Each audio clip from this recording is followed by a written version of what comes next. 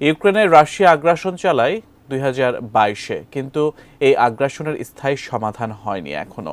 তবে এ নিয়ে রাশিয়ার একটি টেলিভিশনে এবার বিস্ফোরক মন্তব্য করেছেন পুতিন। তিনি বলেন, ওই সময় ট্রাম্প প্রেসিডেন্ট থাকলে সমাধান হয়ে যেত ইউক্রেন সংকটের। এ নিয়ে বিস্তারিত থাকছে ডেস্ক রিপোর্ট। ট্রাম্প একদিকে দীর্ঘদিন ধরেই দাবি করে আসছিলেন তিনি ক্ষমতায় থাকলে থেমে যেত ইউক্রেন যুদ্ধ। অন্যদিকে এবার ট্রাম্পের সুরই সুর মিলালেন পুতিন, যেখানে 2022-এর ফেব্রুয়ারিতে ইউক্রেনের সামরিক অভিযান চালানোর নির্দেশ দেন খোদ পুতিন। এবার আবার আলোচনায় আসেন ট্রাম্প, তাই পুতিন আবার ইউক্রেন সংকট সমাধানে ট্রাম্পের সাথে আলোচনায় বসতেও প্রস্তুত।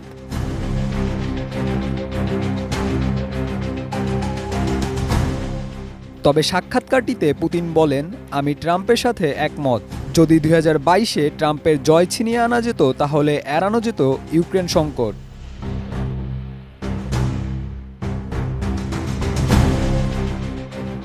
দ্বিতীয় দফায় নির্বাচিত হওয়ার আগে ট্রাম্প দিয়েছিলেন আশার বাণী। এ সময় বলেছিলেন একদিনই এই যুদ্ধ বন্ধ করার ক্ষমতা রয়েছে তার।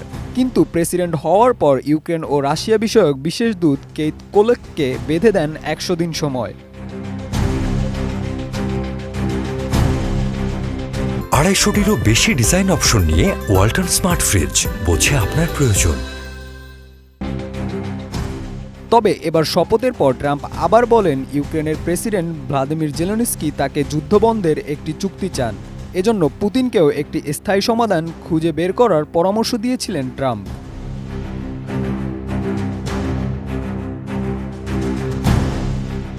তবে বৃহস্পতিবার আবার সাংবাদিকদের সাথে কথা হয় ট্রাম্পের।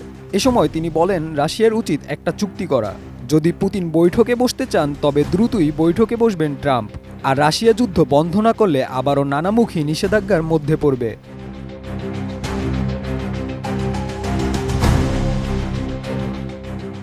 এ নিয়ে টেলিভিশনটির সাক্ষাৎকারে পুতিন আরও বলেন, এ বিষয়ে আলাপ আলোচনার প্রয়োজন আছে। আমরা সবসময় তা বলেও আসছি, আমরা প্রস্তুত।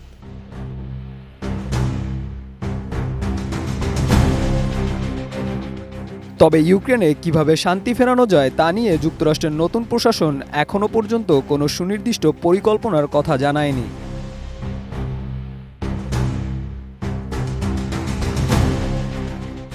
Desk report, ATN news.